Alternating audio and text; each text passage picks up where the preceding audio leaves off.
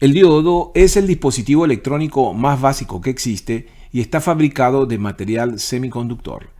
En este video hablaremos sobre sus características básicas, así como también el principio de funcionamiento de los dos circuitos básicos de polarización de este dispositivo.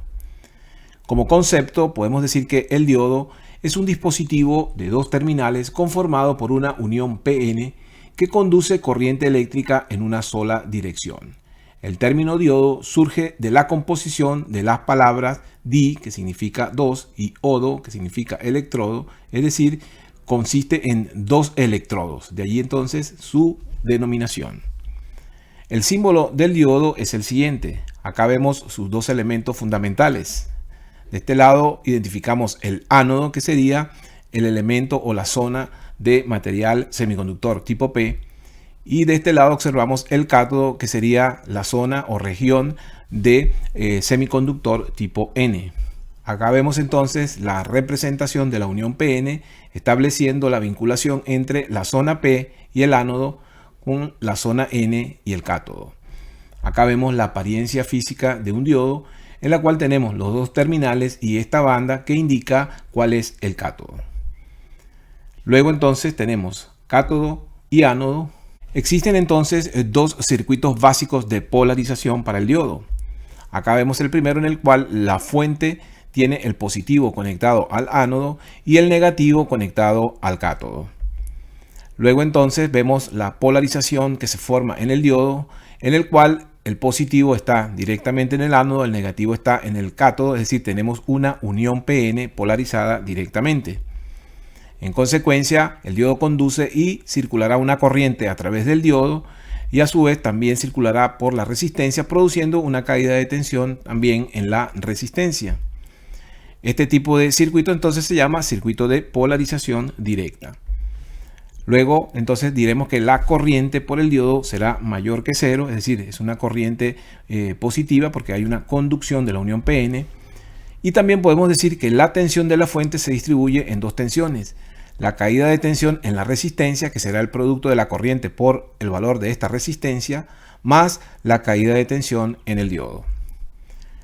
Esa caída de tensión en la resistencia podemos decir que sería, por ejemplo, el voltaje de la fuente menos la tensión en el diodo. En este caso estoy colocando 0,7 volts. Cuando hablamos entonces de diodos de silicio, tomamos como referencia 0,7 voltios. Si hablamos de diodos de germanio, entonces tomaremos como referencia los 0,3 voltios. Acá vemos entonces el otro circuito de polarización. En este caso, el positivo de la fuente está ahora conectado al cátodo, mientras que el negativo de la fuente está conectado al ánodo, por lo cual tenemos entonces una unión PN polarizada en forma inversa que ensancha su barrera de potencial. En este caso tenderá a circular una pequeña corriente que prácticamente es cero. Se llama corriente inversa de saturación. En este sentido hablamos entonces de un circuito de polarización inversa. En este circuito de polarización inversa prácticamente la corriente que circula es nula, es decir, el diodo se comporta como un circuito abierto. Por lo tanto, la tensión en el diodo va a ser la tensión, el positivo de la fuente y el negativo de la fuente, ya que no hay una circulación de corriente. En consecuencia, la tensión en el diodo va a ser igual a la tensión de la fuente. También debemos decir que como no hay circulación de corriente, entonces la caída de tensión en la resistencia es igual a 0 volts. Veamos ahora la curva característica del diodo. Para la curva característica del diodo se definen estas tres regiones que aparecen acá en el gráfico. Acá en la zona denominada región de polarización directa tenemos la tensión en el eje horizontal y la corriente en el eje vertical. La tensión tiende a ser más o menos constante alrededor de 0,7 voltios y la corriente que circula será una corriente significativa mayor a cero, es decir, una corriente positiva que va a depender del valor de resistencia limitadora que tenga el circuito de polarización directa. En relación a la zona de polarización inversa, la corriente prácticamente es nula, es decir, prácticamente cero, y va a aparecer una tensión denominada tensión de ruptura. En polarización inversa, entonces, la corriente es prácticamente cero, es decir, el diodo no conduce y no hay una tensión definida, sino que la tensión va a depender de la fuente que esté alimentando el diodo. Esta tensión de ruptura establece lo que se denomina entonces la región de ruptura inversa, que es el punto de tensión a partir del cual un diodo polarizado inversamente puede destruirse y así romper físicamente la unión y por lo tanto evitar su funcionamiento posterior. De acuerdo a esta curva característica, entonces definimos algunos parámetros típicos para el diodo. En primer lugar tenemos la corriente del diodo, que es la corriente de polarización directa. Luego tenemos el voltaje en polarización directa, identificado como VD. Acá tenemos una tensión VR en el diodo denominada tensión de ruptura. Luego tenemos una corriente IS, que es la corriente pequeña de saturación que circula en polarización inversa, que prácticamente se acerca a cero.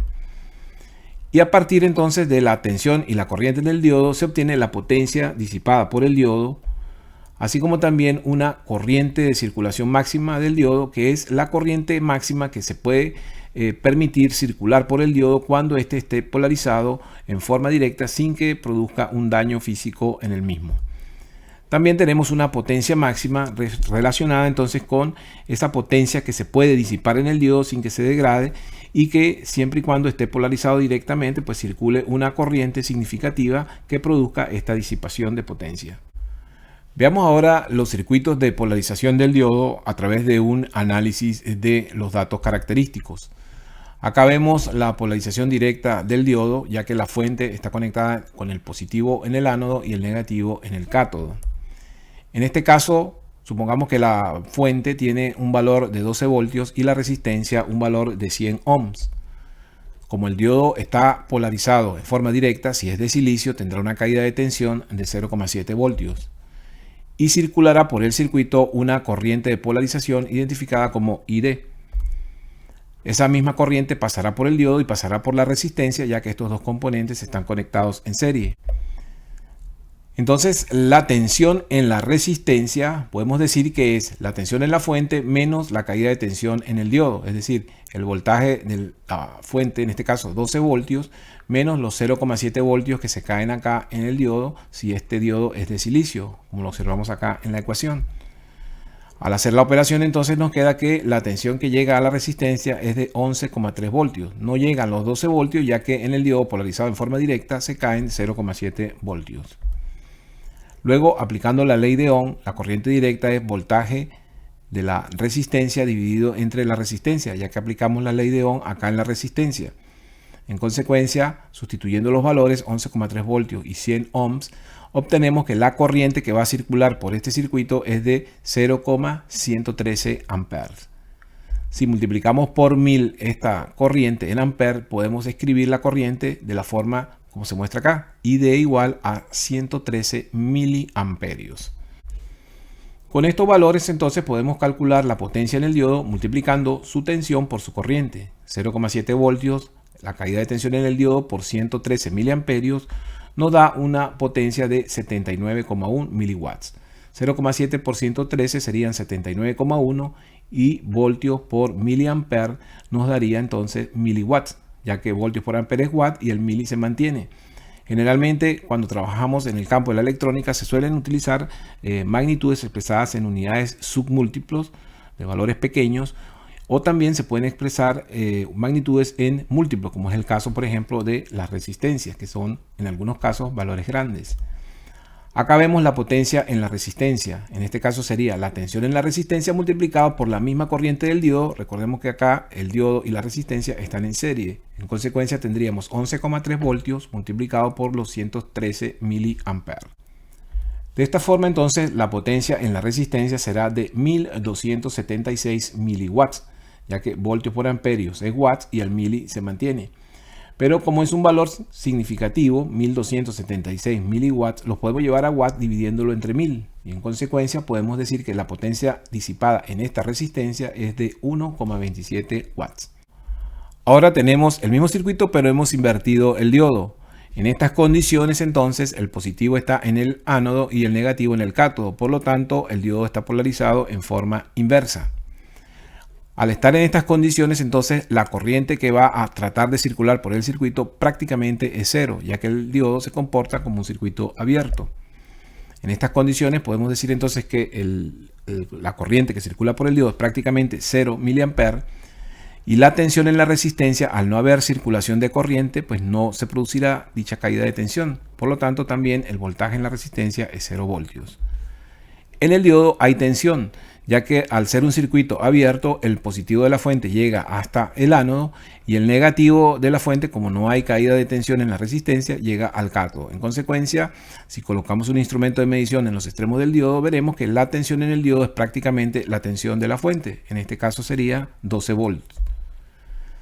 Como no hay circulación de corriente, la potencia que disipa el diodo prácticamente es 0 watts. Lo mismo ocurre en la resistencia. No hay circulación de corriente y por ende entonces la potencia disipada es de 0 watts. Bien, y de esta forma hemos llegado al final de este video. En otras próximas entregas veremos algunas aplicaciones de circuitos con diodos tanto en corriente continua como en corriente alterna.